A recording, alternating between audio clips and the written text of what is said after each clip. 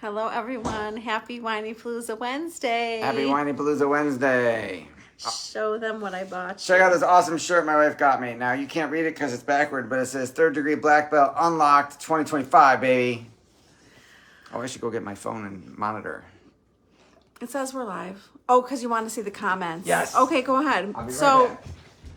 Seth just earned his 3rd degree black belt at Krav Maga. It was a 5-hour test. 5 hours? Yep. And it was insane, and it was long, and he really impressed me, and I wanted to buy him a gift. She got me, yes, this t-shirt is awesome. So he really loves the gift, and that makes me so happy. I wasn't expecting anything. I was just happy I survived. I wanted to get you a present. I was looking up presents, and I was like, I don't want to get him a plaque. I feel like plaques are just, I don't know. I've gotten you stuff for the wall. Yes, I have plenty of wall stuff. And you also have told me that you have plenty of t-shirts, but I do, but this is cool. I was like, I know he has a lot of t-shirts, but. Yes. So I'm just like so proud of Seth, and I wanted to try to express it. I don't know if I love it. First I get my birthday, now I get this. I'm on a roll. I don't know if I adequately expressed my feelings about it. I think I probably could have written more, but if you go to whinypalooza.com, the whole blog is there. I wrote to Seth, to all of you, about lessons that I've seen him learn from Krav Maga over these last, well, he started 25 years ago when Masterclass opened. Yep. And he took some time off because we had little kids and I needed him. Yep. And life was a little too crazy. And he went back, I don't know how many years ago, a long time ago. And he's been training, and I was there for his 1st degree, and I was there for his 2nd degree, and I was there for his 3rd degree. And I cannot believe the difference in Seth from his 1st degree black belt to his 3rd degree black belt. When I went to his 1st degree black belt test, I couldn't watch. Seth looked like he was going to fall over. I was so worried. I was so concerned. I didn't know how to handle all of my feelings. I almost wanted to just leave because it was so hard for me. So I went into this test really like nervous, like what am I going to see? And his mom texted me and was like, I can't come, I can't watch. And I was like, that's how I felt for the 1st degree. But for this one, Seth kicked ass. Hi Randy, he did such a good job. He got himself in such good shape.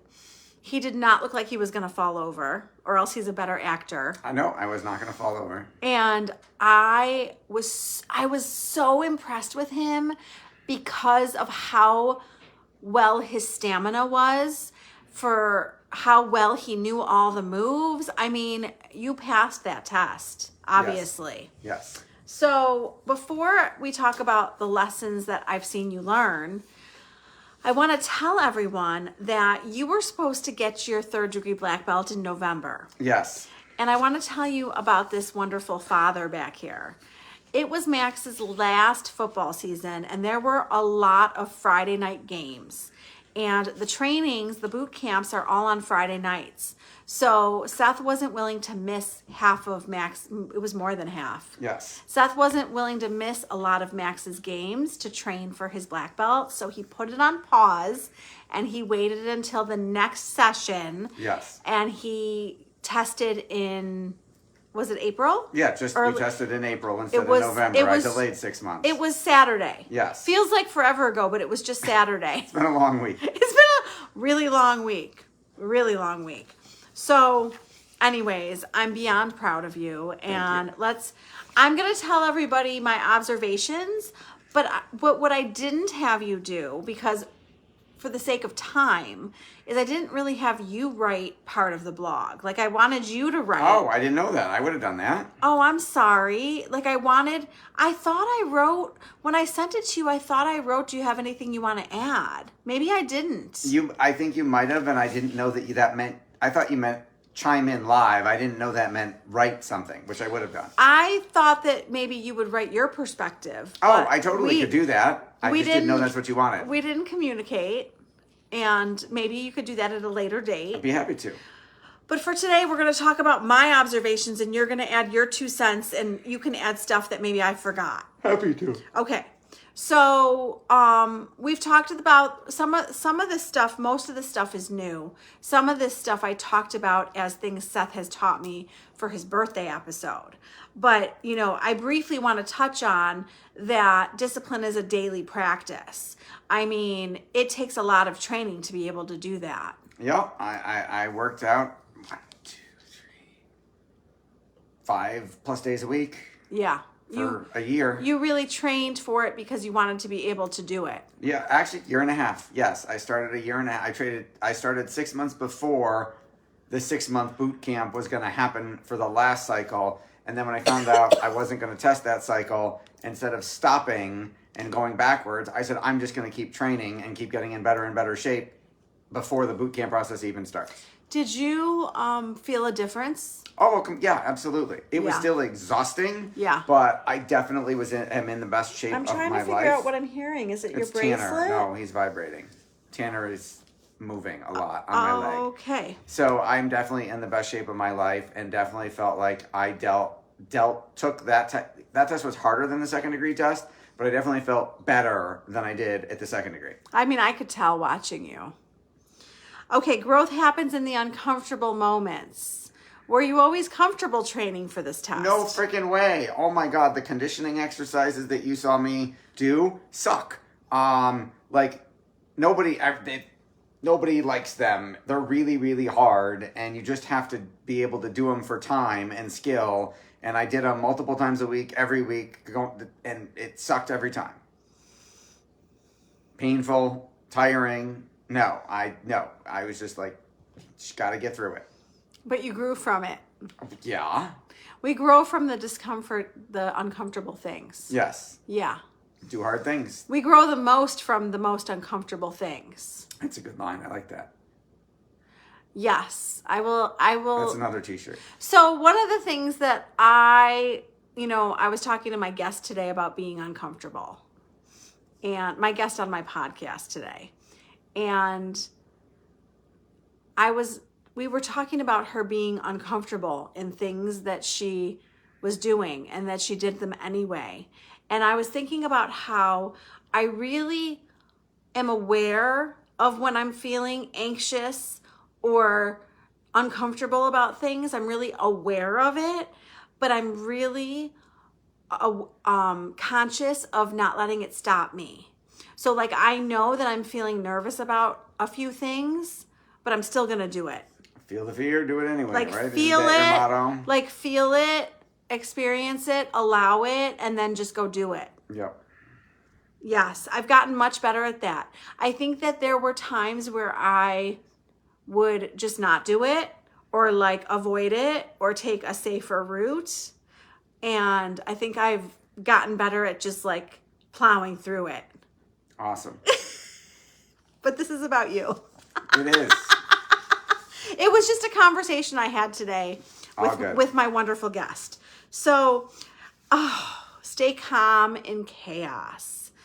Do you feel like you've always been naturally good at this? Do you feel like Krav has significantly impacted that? Oh, Krav helps a ton because it turns the rest of the noise in the rest of your life way down, right? You go somewhere where people are trying to punch or kick you in the face and you're not thinking about work, and magically everything else, the noise gets turned down by comparison. The alarm was going off in the middle of the night, and Seth just gets up and handles it. He just gets up, goes downstairs, looks around the house, searches the house. Cleared the house. Shut the door that we think was open. It was partially open, which is why I don't know why it took hour till 1 a.m. I think the alarm should have gone off the wind must have blown it a little bit open.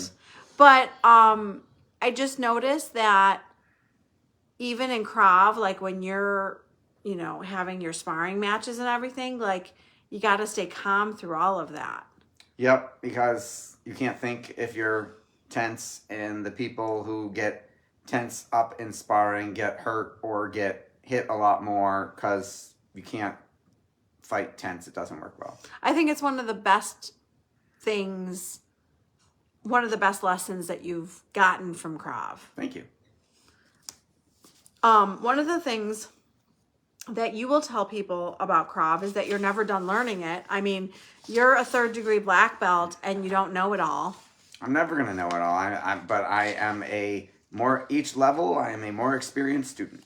I'm always learning. Well, and Master Spoth, what did we say he was at? 8th. And how many levels are there? I don't know. I thought 7 was all there was, apparently. But I never actually looked. So we'll find out. So if you, okay, so just hypothetically, if you were level 7 and that's all there was, then what? You would just keep going to keep improving your skills. And the thing is, Krav Maga isn't a martial art from 1400 or 500 BC, right? It's developed by the Israeli military, so they're always developing new stuff, right? They added the counterterrorism components. Like, they're always adding new stuff based on real life situations.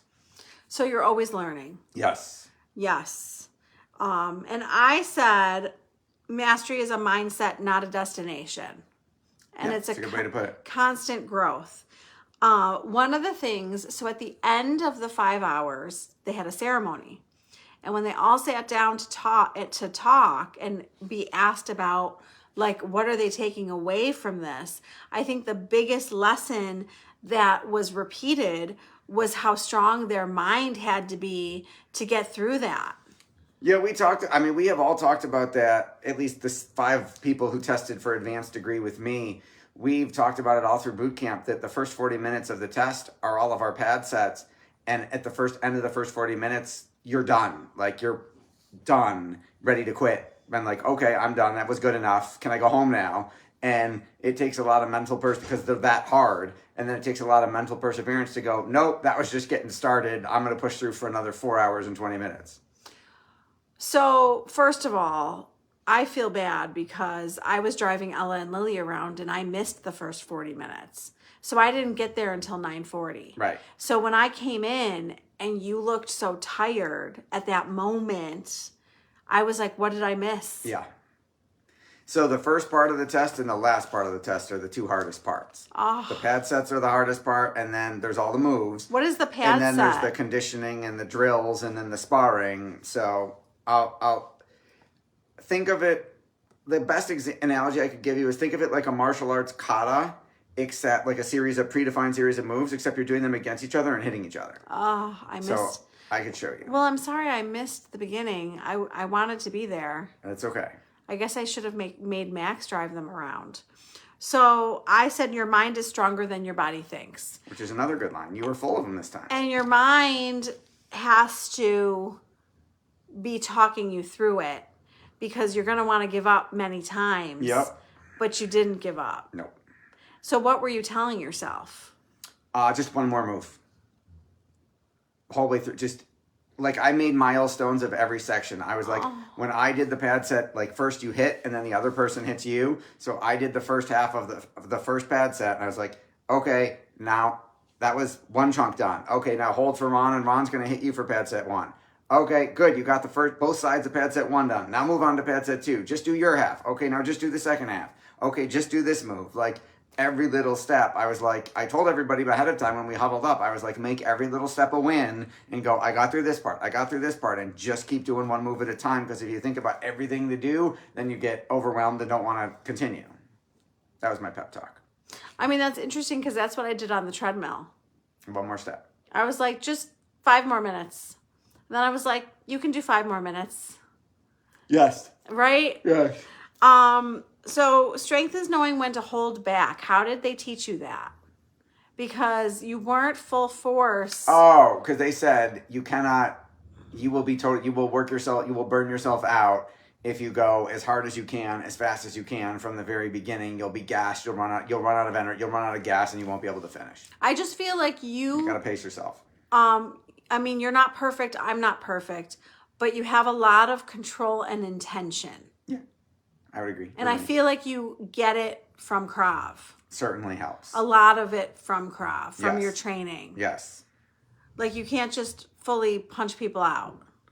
Well, if you used your full strength at Krav, would you hurt people? Yes. No, you're allowed. We're told go 20 to 30%. Your job is to keep your partner safe.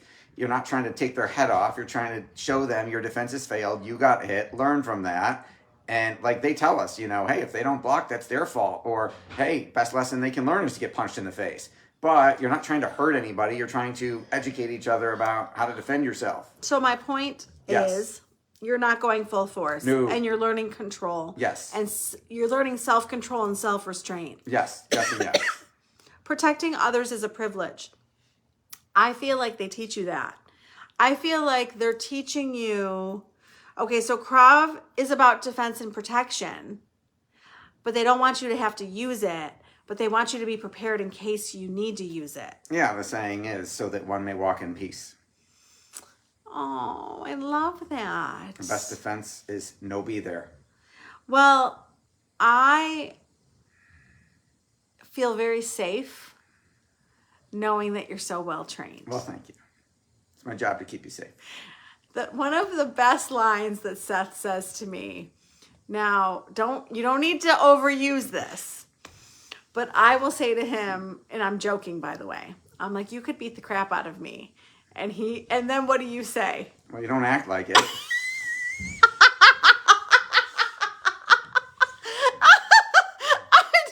Do you want me to act like it? The right answer to that is no, of course not, honey.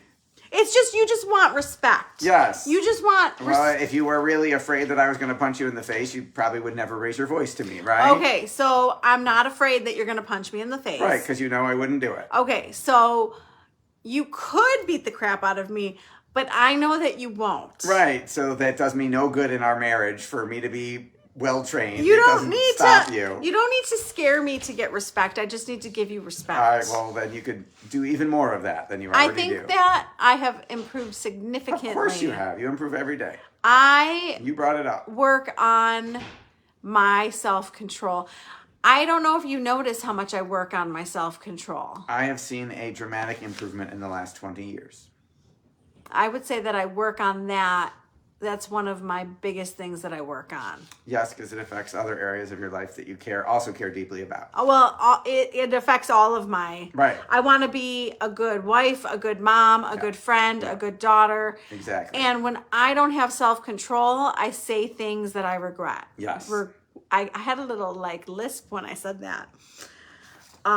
So I appreciate that you can protect us, and I want to respect you despite you being able to beat the crap out of me. Thanks. I don't think that you would ever do that. Nope.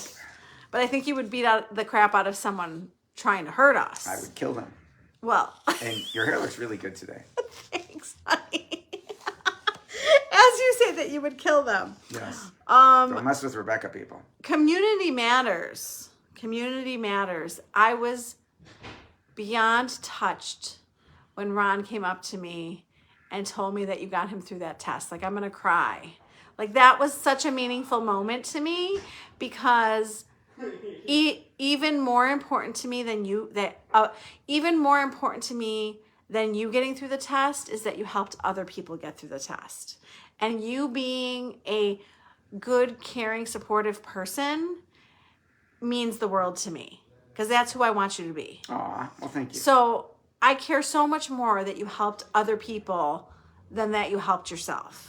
And I love that you helped yourself. And I love that you did a great job. But I love even more that he came up to me to tell me that you got him through the test. I didn't know he said that. That is very sweet. Oh, you weren't there when he said that? I was not there when he said that. Oh my God. I thought you were standing there. I think I might have gone to the bathroom. Well, the downside to drinking a couple 100 ounces of Gatorade is you can't stop peeing. Well, so he is lovely. It was wonderful to meet him. It was wonderful to see your community, because I don't go. Right. Yes, that is my morning family. So you have a family. I got to come and see your family, and the warmth and the love and the support. Like, these are people fiercely training for their black belts. And the room was full of caring support. Yes. I mean, I could feel it through the glass from where I was sitting. That's awesome. And it just felt really good to just be there. Well, thanks. I mean, our kids complaining didn't help. Right. I don't know that I would have, if I could do it again, I don't know that I would have brought the children until 1 o'clock. That's the problem, is we didn't know exactly when any of the times were going to happen. I wanted them to see the last hour before the ceremony, but you didn't know. I never know when that time was going to be. You told me you wanted us to come all day. Yes, well, if you're complaining that the kids were complaining, then the alternative would have been bring them for less of it. But no, I went to every football game, every soccer game, every cheer, every dance, every play. They could come sit there. They didn't sit there for all 5 hours, but they could have and shut up after all the time we put in. Well, this is my sport, right? You should have given them that. Well, Max was an angel. Max was fine. Oh my God. I'm going to tell you about Max. Max knows that I wanted to sit there and watch Seth. Max knows that it was important for me to be there. He knows that Seth wanted us there. He knows that his sisters were driving me crazy. Lily wasn't too bad. But Ella had an audition and she was not in good spirits. She did not want to be there. She wanted to be home. She wanted to be practicing. She wanted to be eating. She wanted to be getting ready. And I heard about it. I'm sorry about that. Oh, and I heard about it. So Max did his very best to help me. And he took Ella next door and got her food. And he took her home after she ate and she was still complaining. He took her home and came back. I mean, he earned so many sun points that day.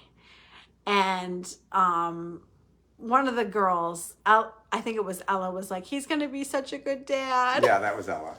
I did hear that. But Ella was driving me crazy. Yeah, sorry and about that. in Ella's defense, yeah, she was so focused on her audition that she couldn't settle and enjoy her time there. So the girls were not so fun. But Max was easy. So anyways, perseverance is the real black belt. That was some real perseverance. That's all I can say. He would come home so sore. I can't even tell you how many ice packs this man used this year.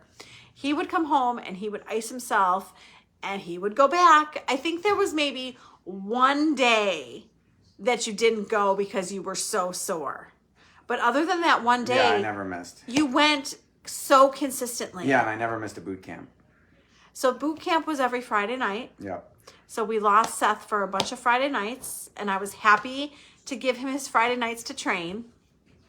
And I think that what you have learned is that it's not just about earning the 3rd degree black belt, it's about honoring the journey. Who you become along the way. And what you're doing along the way, what you're learning along the way. Every single session teaches you something. Yes. And you would come home and talk about, I mean, so many things. I wish I would have taken notes. We could have talked about it today.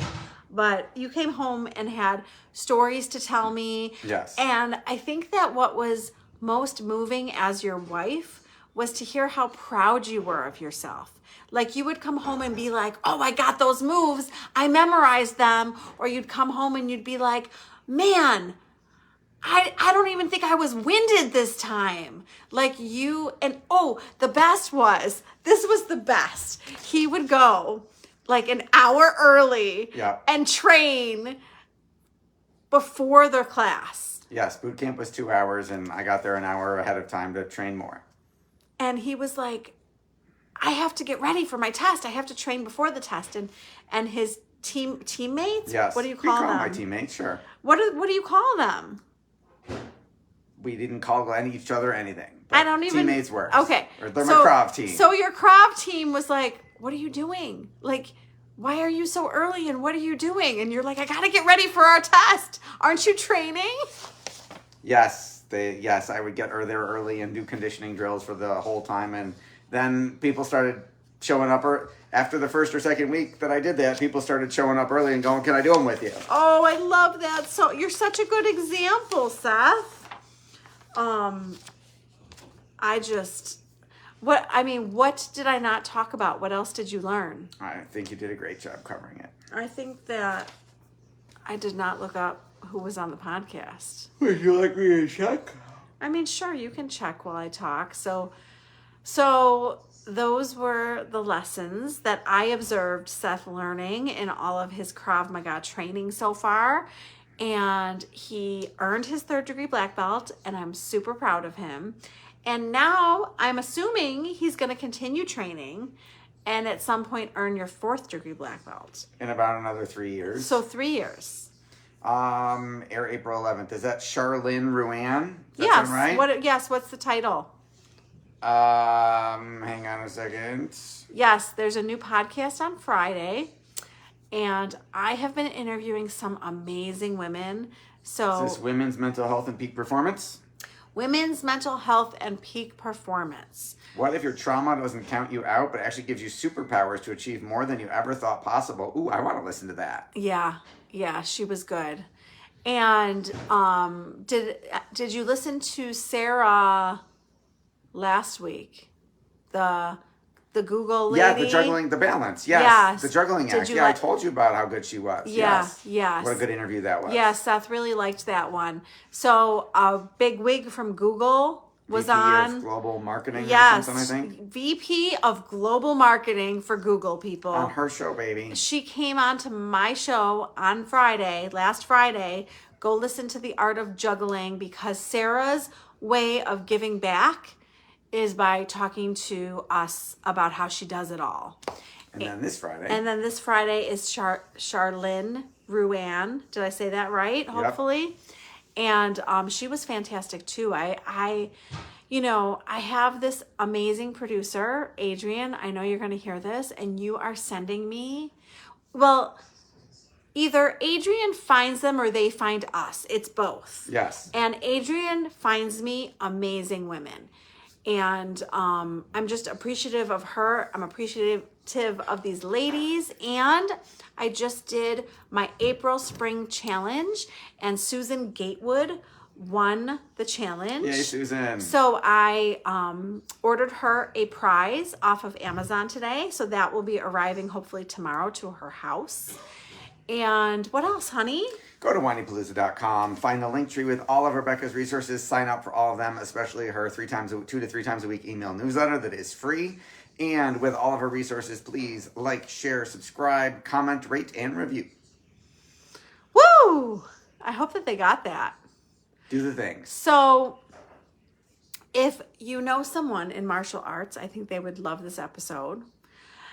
If you know someone that would like to hear about these lessons that Seth learned, share this with them. And we appreciate you being here with us. And we'll see you next week. Bye, Happy everyone. Whiny Palooza Wednesday. Thank you for tuning in to the Whiny Palooza podcast. If you like what you heard, please be sure to subscribe so you never miss an episode. While you are there, leave a review. I love to hear your feedback. Thank you so much for listening. Until next time. This show has been produced by Market Domination, LLC.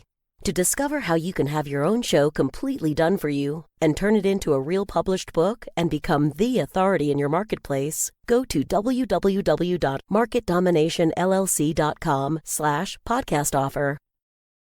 49 faces looked to him in triumph. Over the last 12 months, they had each taken turns and promoted his business for a week at a time, driving over $987,342 in revenue.